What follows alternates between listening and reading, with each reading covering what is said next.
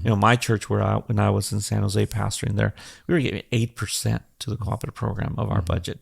We'd give to our associations. We were actually giving 20% to missions. But the reality is it's harder and harder for our churches in the economy that we're in, and yet thank God that at CSBC we've been able to see God provide through other means, so that today we can continue to send still 30% to the national. Now, I've told this to the board, and I hope I don't get in trouble for this, but my prayer is that as we celebrate in October at our annual meeting in Milpitas this year, that we have such a great year in investment income in the first 3 quarters, right? And that that we can go to our annual meeting, that we've had a good, strong cooperative program first 3 months of the year in 25, and that we can say, hey, could we do 40%? Wow. Yeah. Could we do 40%? Because it's not that far. Yeah. Could we do 40%? And it would just take everybody just sacrificing just a little bit more. Yeah. And if we have a good year and we can put some investment income into covering some of that portion of the operation budget here, then more would go out. And I think that would be a God-honoring way to be able to celebrate the 100 years of the cooperative program. I'm just putting it out there. Yeah. Welcome to the GC Collective podcast, brought to you by the California Southern Baptist Convention. From local missions to global impact, we explore the vision, passion, and heart behind our collective movement in California and around the world. Where better together isn't just a motto, it's how we maximize our impact in fulfilling the Great Commission. Hello, California Southern Baptist Convention. Welcome back to what is probably going to be a special edition, in a weird way, of our podcast, right, Pete? For sure. This is something that's a special edition, but very important for all our California Southern Baptist Convention folk here. Yeah. And also, I think, across the nation. You think? Right, for sure. Yeah, I think you're probably right. We are literally minutes outside of our January board meeting, and we came straight down to record the news from our podcast. Right, because our special guest has to go home for some reason. We have a special returning guest, actually, Richard Spring, who gives leadership at Living Hope Church in Hesperia. Welcome back to the table. Great to be here. Yeah, now you're here because you chair the Finance and Budget Subcommittee, right? Yes. Okay, so you're going to be able to say all the technical stuff. No. But we'll plow our way through it. Alrighty. Well, before we get to talking about the finances and the budget, which is what we're here to talk about, anything else come out of our board meeting that maybe we want to share with our listeners? Sure. So, I'm going around the state quite a bit. Our team goes around the state quite a bit, and there is such an amazing diversity in the state of California that for us to be able to effectively minister to some of our ethnic groups, it's important to have representation in our meetings, in the meetings that happen around the state, and they have to be people that understand the culture and understand how those churches work. And so, for me, it was important to find two in particular people that are now going to be ambassadors for us. They're part-time. They still do their work in their association because they're both directors of missions, which is one thing that I love because they're so connected with so many different churches of different ethnicities. But one of them is Nestor Amaya. He's going to be our CSBC ambassador with the Hispanics. And then the other person is Mark Gaden, who is the director of missions in Long Beach. And he's going to be our ambassador for the African American group. And Nestor serves at the Sequoia, right here in Central California. And these guys are already a part of the fabric of the stuff that we do, like in the vision. They're part of our vision team, task force. We work with them in so many other ways. So I know these guys well. These are guys that they believe in what we do. They want to be a part of the greater work that we're doing. And so it's just great to see these guys to just be a part of the team in a greater way, and they report directly to me. They're going to help me to make sure that we don't forget certain ethnic groups, and not that we've forgotten the ones that we don't have. It's going to be impossible to have somebody for everybody. Sure.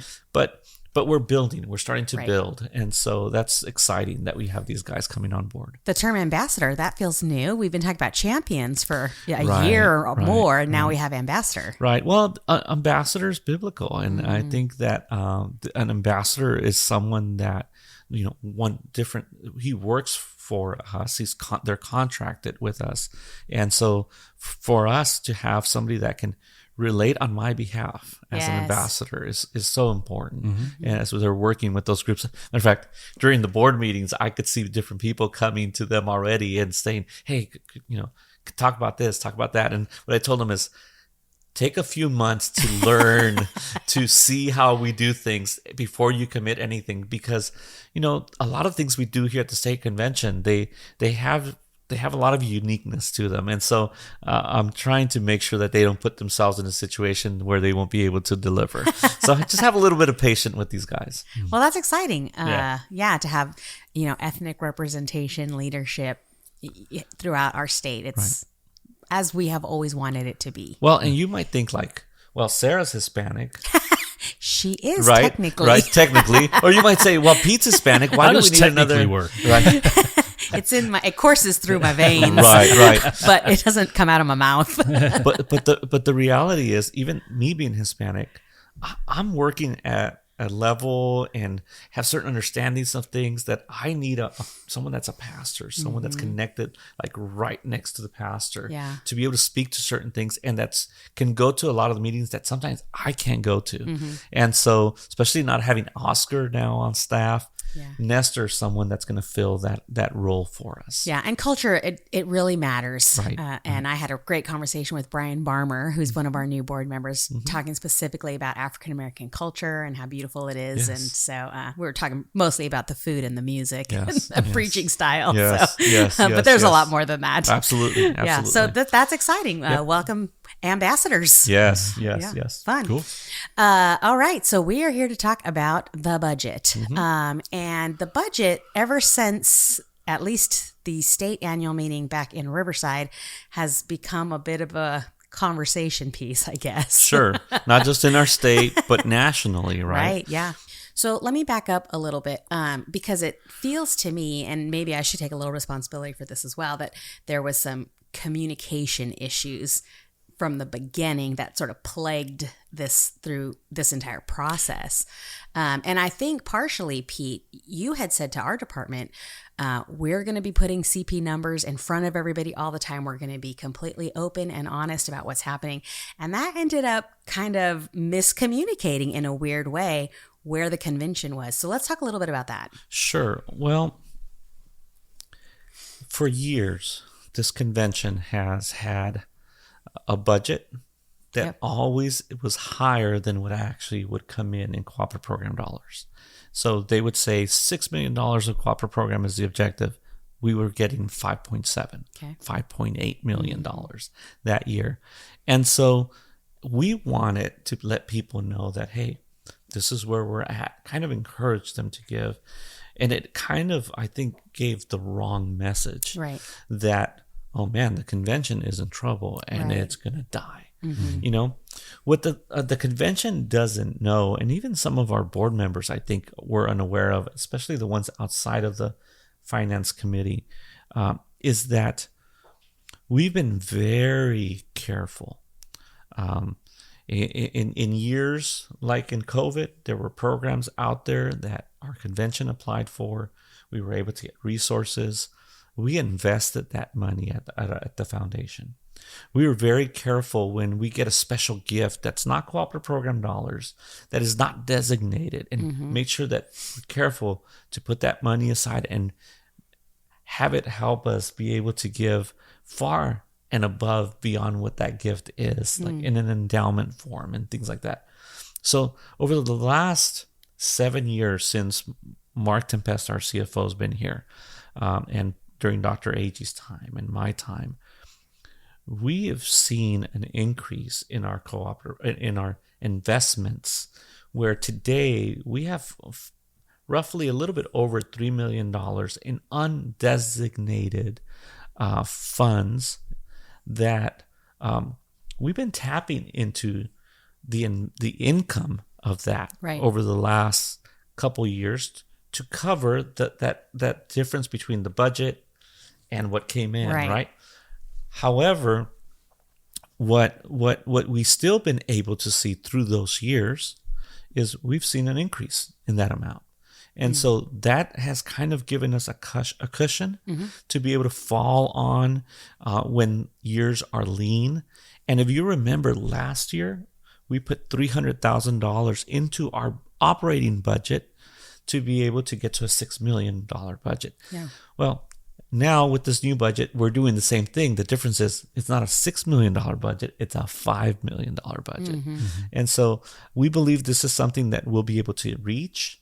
We finished the year 2024 with a $5,166,000 of cooperative program dollars received. If we just stay even for the year, not only would we be able to send 30% to the national, but that 166,000 would also include another 1.5% or so that we would give to the national. Anything over 5 million would go to the national. And so then we were at the annual meeting, and I think we all, it was never the board's intention to say this is the budget and this is how it's going to be. I mean, our polity doesn't allow for that. It's presented to the messengers, and I remember I stood there thinking, where's the questions? Where's people aren't talking? And so there was I don't want to say there was an assumption that everybody was on board per se, but it seemed to pass and it didn't seem to cause too many problems. But then what happened? Well, then what happened is the budget passed, and then you get questions off the record. Yes, the hallway in the hallways, right. just asking for clarification and is this the consequence? If this happens, is this what would be the end result? Whatever that would be. And so at that point, then you kind of know, okay. And we're in a weird situation because it passed by the messengers. Sure. And so at that point, to do that, and then meeting's over, everybody goes home, right? And so people responded to it in kind, and so this is what this is. Okay, we get the call. We need to try and fix this. It's not you don't want to, as a practice, rescind or change what the messengers have voted on, even though it is part of the bylaws of the California Southern Baptist Convention, where we can do that. So but as a practice, you don't want to do that because that's just not how we function as Baptists. You want to honor the will of the messengers. Sure. Right. The thing that I look at it as is that obviously the messaging, as you were talking about before, didn't get out in a way that people even felt like they could ask questions or understand what was going on in doing that. And so then the result becomes, okay, I'm not really unsure how this is going to go. And they responded as they talked about this, because I'd get questions. Well, I'm trying to explain this to my missions committee as we budget for next year, right?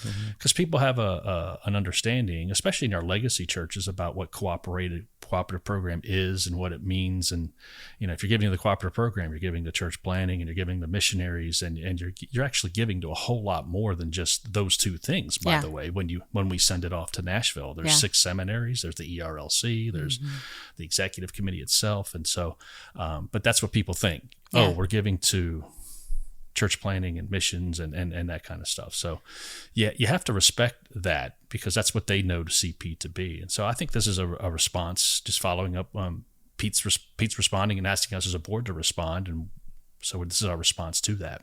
So Pete, what was the tone of the conversations that you were having with some of these leaders?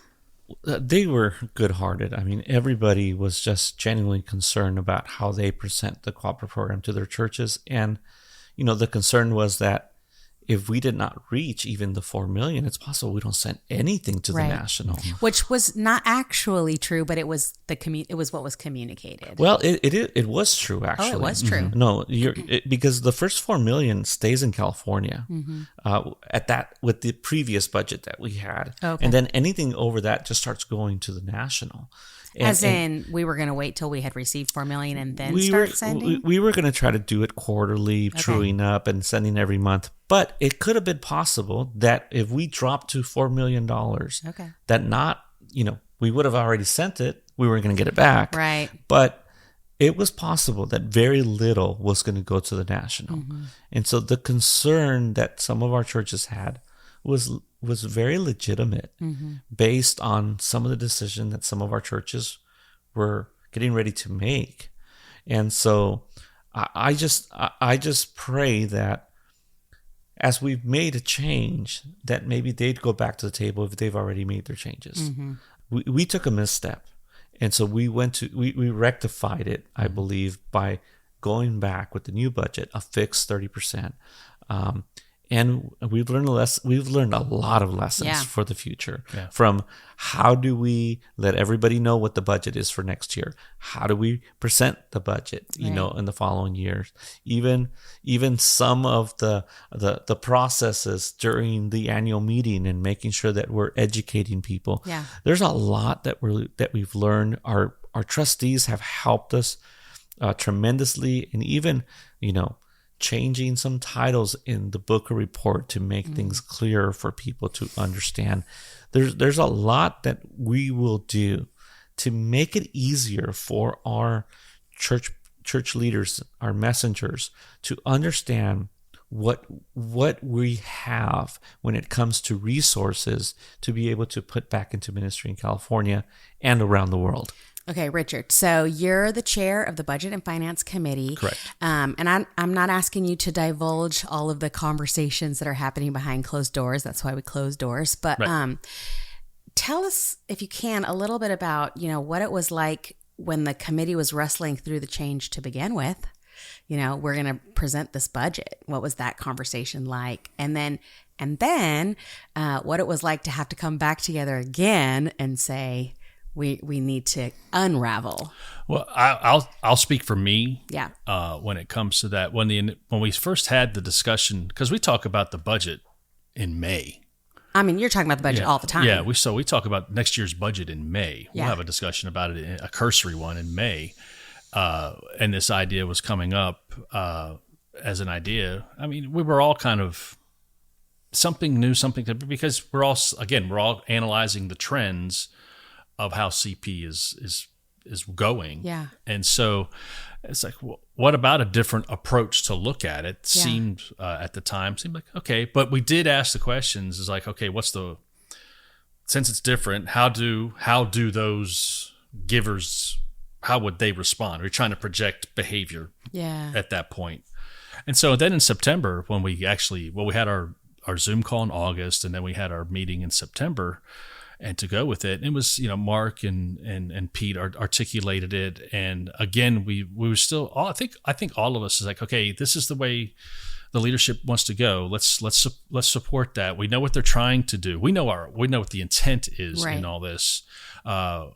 We weren't never really sure of the response to that, and so at that point, those conversations were as that, and then you go to the annual meeting. And to be honest with you, I remember Sean saying he brought his suit just for that moment. and he only had to wear it for like 15 minutes or something like that. And so he did. And there wasn't a whole lot of response. And then then there was some response after lunch. I think it was the next session. And I wasn't in the room because I was doing my demon seminar. At that point, that was my little window, and I remember getting, it's like, "Can you come in?" I remember getting a text from Pete, and I was like, "I'm this, I can't go. I'm stuck. I'll get yelled at." And so then I heard about that part of it and people coming up, and then at that point it's like, okay. Then I got asked about it in the hallways and from a couple of people as well, and then it just kind of went away. Okay. For me personally. Yeah. Because, the meeting's over and everybody's off to do their things. And then we had the call from Pete saying, hey, this is it going over. We're having such a good response to this, and this could really prove to be not a good thing. And for me, I was like, well, then what do you want to do? And how do we need to do this? Yeah. And so for me, that was fine. In my world, having done this at the national level, there are things sometimes that just happen. Sometimes messengers make decisions based off of their own perception. Sometimes messengers make decisions based off of bad presentation and information. Yeah. And so, and then sometimes, and as a board, you have to respond accordingly to those things. And so when we started having the conversations, and then we had the first Zoom call to say, okay, what does this look like? I was all for it. Yeah, if we change it. Yeah, to do it. I was to change it. I was all for it. The pushback was, do we really do this? And the pushback was, how do we define emergency? We asked the lawyer. Yeah. And so because in essence, you're undoing the will of the messengers. Right. So even though you serve at the will of the messengers. Yeah. And there you are, the convention at interim. Right. And and I understood that. But I'm like, well, if we know, that's what I said before, if we know something is happening and we can do something about it to maybe change that, let's be proactive and do that instead of not be proactive and wait to see what happens, because every indication was it was going to happen the way we thought it was going to happen. Because the people who were making the changes in their own budgets, right? Yeah, well, they're I know them. I know those guys too, and it's like, they're going to do this, and so. So at that point, we did that. The person, the pushback, we dug into it a little more, and urgency is a subjective term, and the impression I got is it isn't intended to be a subjective term in that sense, because how do you what you define as an emergency, right. I may not, and Pete may not, or vice versa. So once we got past that, then it was just a discussion about, okay, how do we not, if we're going to do this, and it sounds like we're going to do this, how do we not do this again? Not put ourselves in a position to have to go back and put ourselves, because you don't want to do that. And so that's where, for most of us, once it got laid out and we looked at it, it's like, okay, that's good. And people was like, okay, how do we message this? This is what we, message this. We got to quit saying the word we're taking from reserves. That gives people a bad brain, because they define reserves as your savings account is dwindling year after year after year after year. And we never touched that. We just touched the investment income from that. Yeah. And so to do that. And so that's where it becomes, and that's where message, then again, education, communication. I was told a long time ago, you can never over communicate. You probably know that too. But every time you do over communicate, they're always going to have that one or two that are going to say, I never saw it. For sure. And so there's just some people you're never going to be able to appease when it comes to that.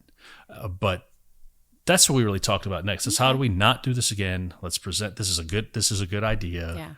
Let's move forward. And now let's make sure. Healthy conversation. Healthy. Yeah. And these guys did we had Mark and Pete do a little workshop yesterday with the whole board. For us on the finance committee, we sat and we talked through this stuff, and we delve into the weeds all the time. Yeah. For most of those guys, they just hear what we present when we do our report. Yeah.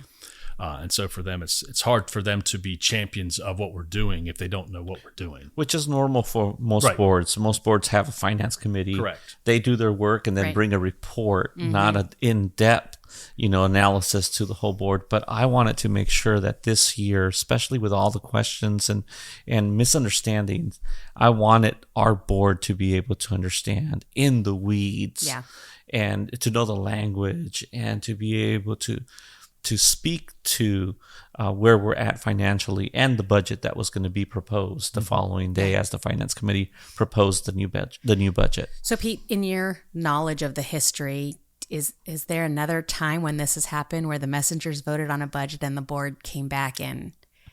Not that I'm aware of. No. Okay. Now we've talked about it in the past, in the years where we lost, $700,000 less than what we thought we were going to receive. There were years like that in 2008, 2009. There were conversations about it, but nobody ever wants to exercise that emergency clause and take away money from national ministries. Yeah.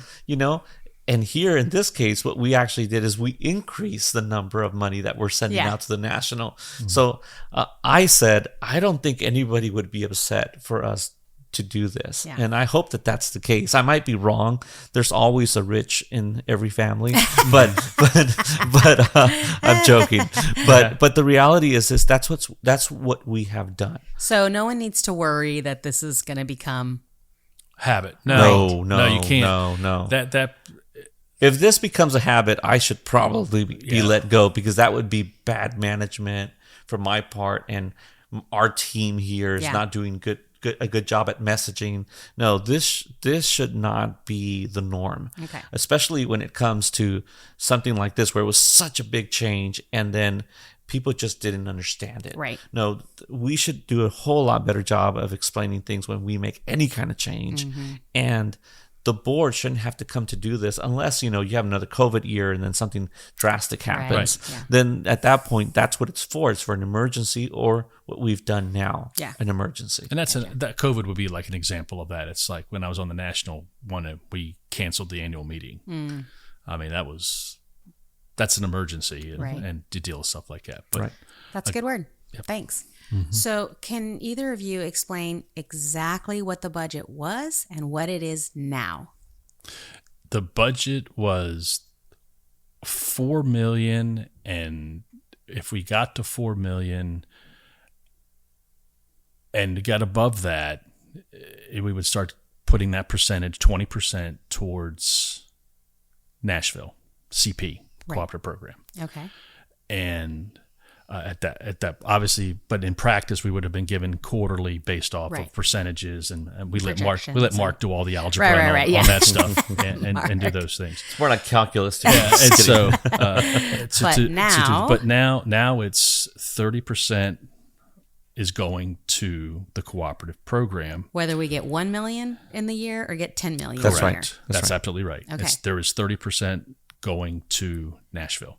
Mm-hmm. And what happens if some of our churches' budgets have been set already and we see a shortfall because of the miscommunication that's already impacting? We would end up doing like we've done many other years where we've had the shortfall. I mean, last year we budgeted $5.7 million of cooperative programs, so we only got $5.16 million. Mm-hmm. And so we ended up using earned income, and then we ended up making decisions with our staff. We ended up making decisions with our strategies. You're talking about the layoffs and some of that. Layoffs, and then just changes in some things where we just don't do certain things anymore because we've prioritized others based on what we can do, based on the resources that we have. Mm-hmm. So if we need to, we'll do that. Right now, every decision that we're going to make going forward with staffing, with our budget, internally here at CSBC will be based on the strategy that we have moving forward to reach California,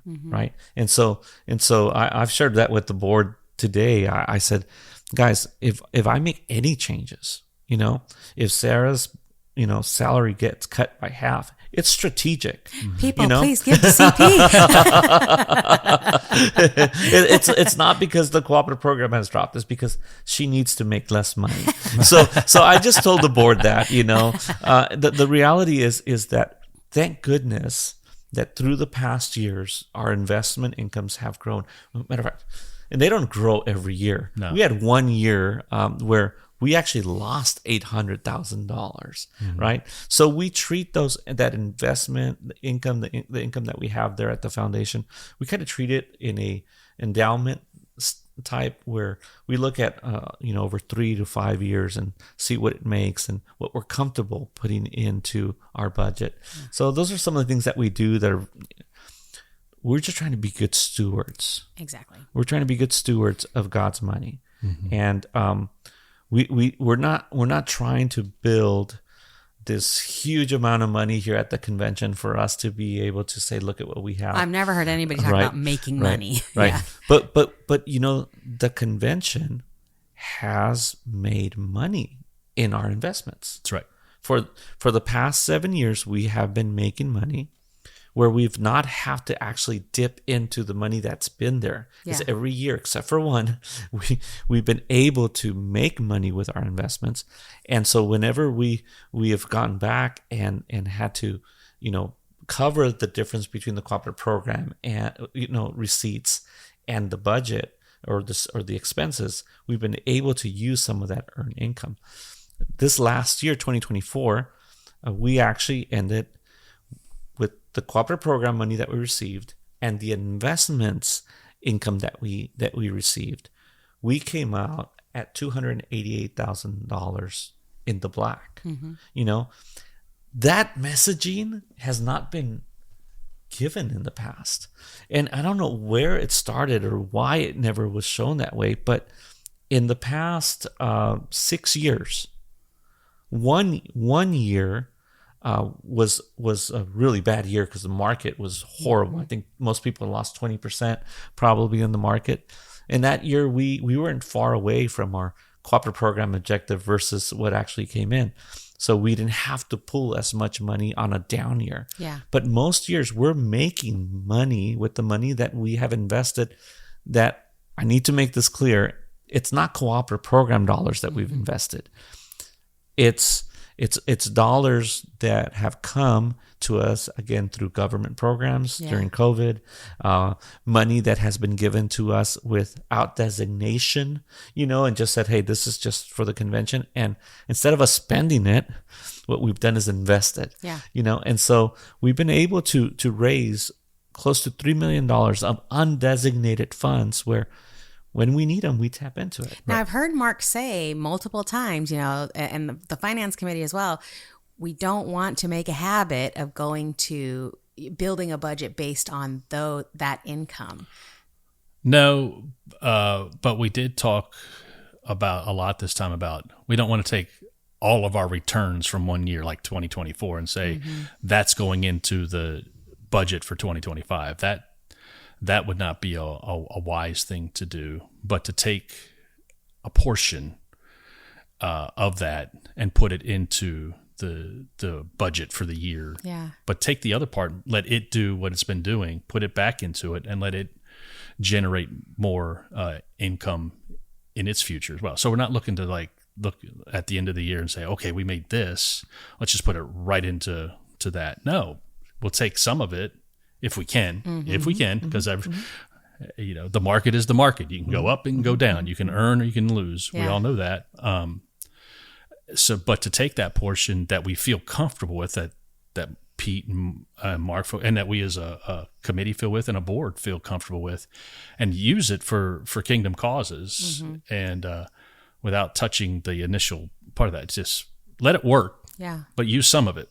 It's trying to strike a balance. In all of those things. We always have to try and do that. In the past, they've used it, but never budgeted. Right. It was like, okay, we didn't. Safety net, kind of? Well, it was like, we didn't hit our budget, but we spent this much, and now we're going to just use our earned income to pay it off. Yeah. But the last couple of years, what we've been trying to do is actually budget it ahead of time. Right. And have a truer budget cooperative program objective number, but now understand that we're using the investments to further the ministry that we do in California. And so, we're trying to be as generous as we can. If we just follow the pattern of the last couple of years, last year, now this year with our new budget, we'll put at least $3 million back into the ministry in the next 10 years. Now, I'm praying that it's a lot more than that. You're saying $3 million of interest income? Of interest income, yeah. Just based off return history. Right. Because it's very feasible from what we've seen in the market based on what we have in the bank that we could do about $300,000 every year right now based on the market the last few years.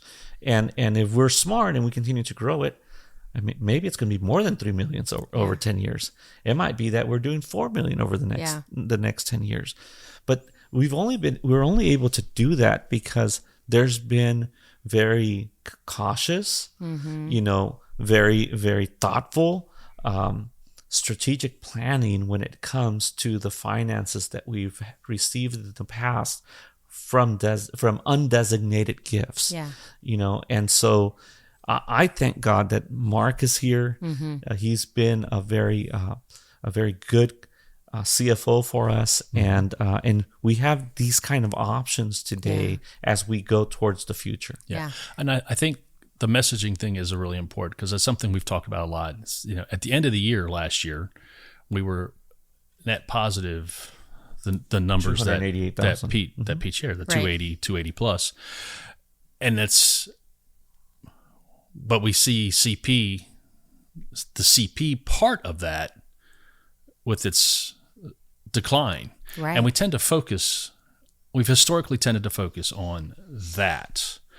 And it's not that we shouldn't focus on that because that's the money that is coming from the churches for the ministry here in California. So that may happen, but if the Lord blesses the income to have a return and at the end of the year we're positive, it's not, the message is, okay, we were positive, that's great. We're still moving forward. We're a viable financial organization from that perspective. Yeah.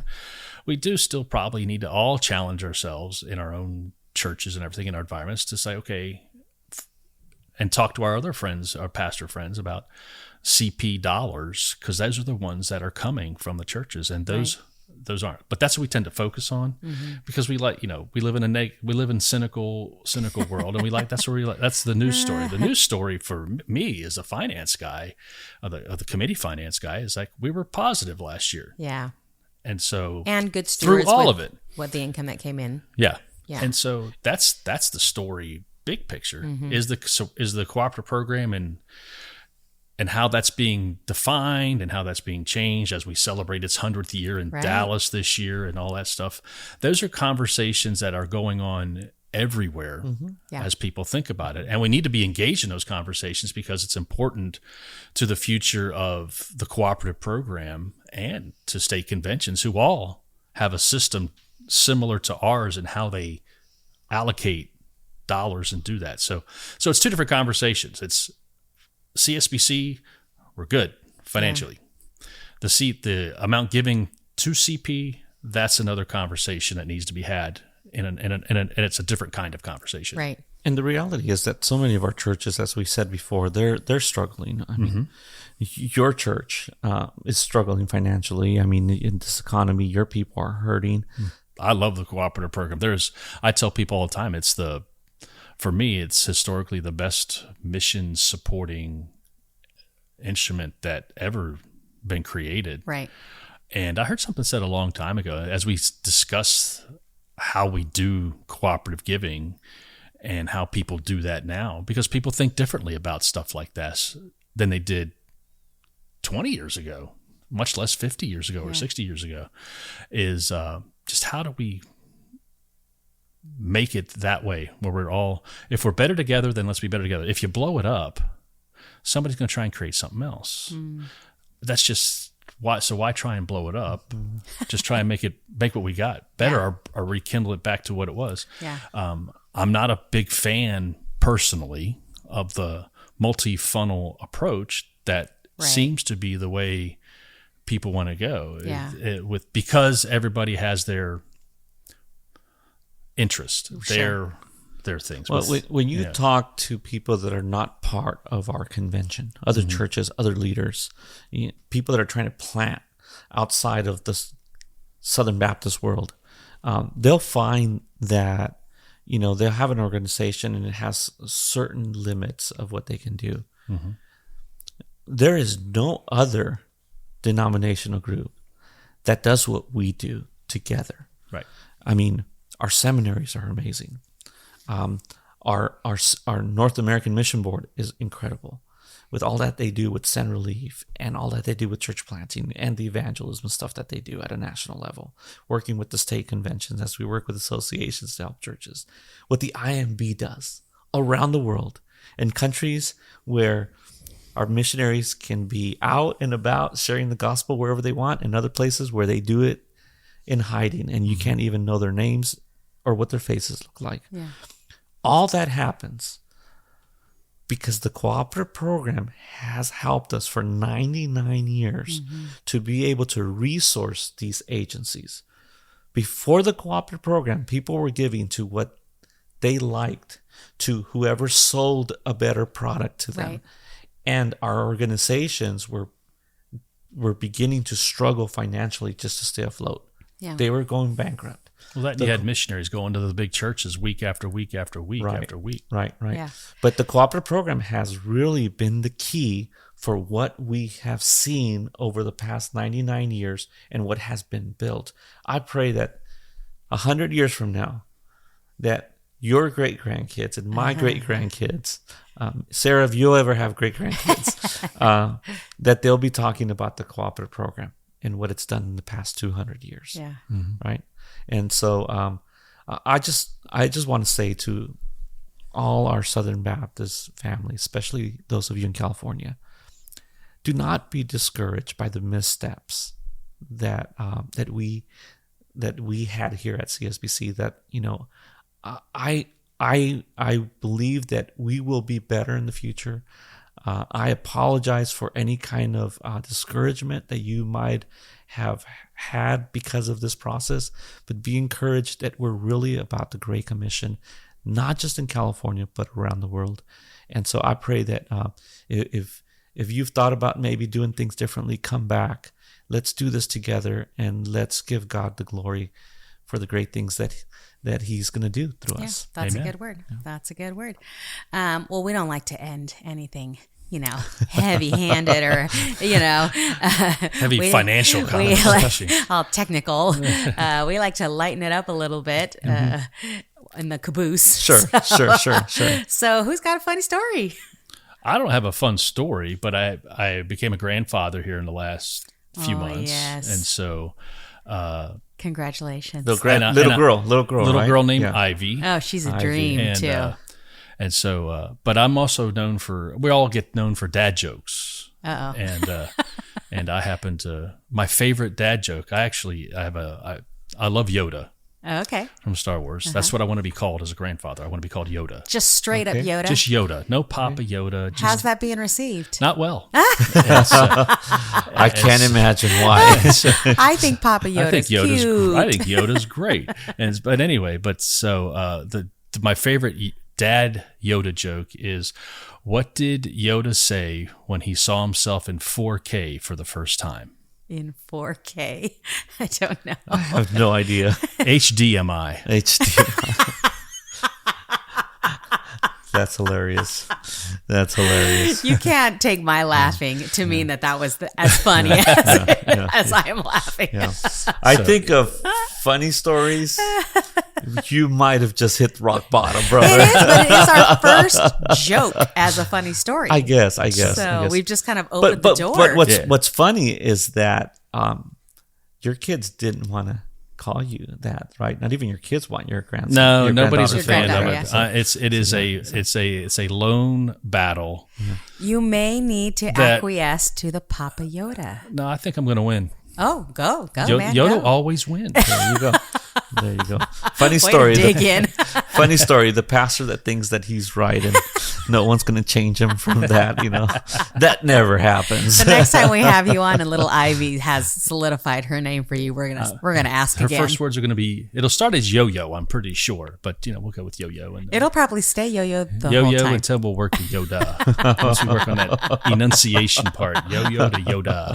That's great. The family probably like Yo-Yo. They probably like that one better. So, Well, we will have a news story on this that will likely roll out even before this podcast goes. And so that can be kind of another resource for those who want to dig in maybe a little deeper on all that went down. Thanks for being here, Richard. And absolutely. your My commitment pleasure. to the board. And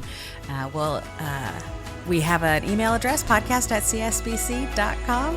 Thanks for checking in, everybody. We'll see you next time. Blessings. Bye.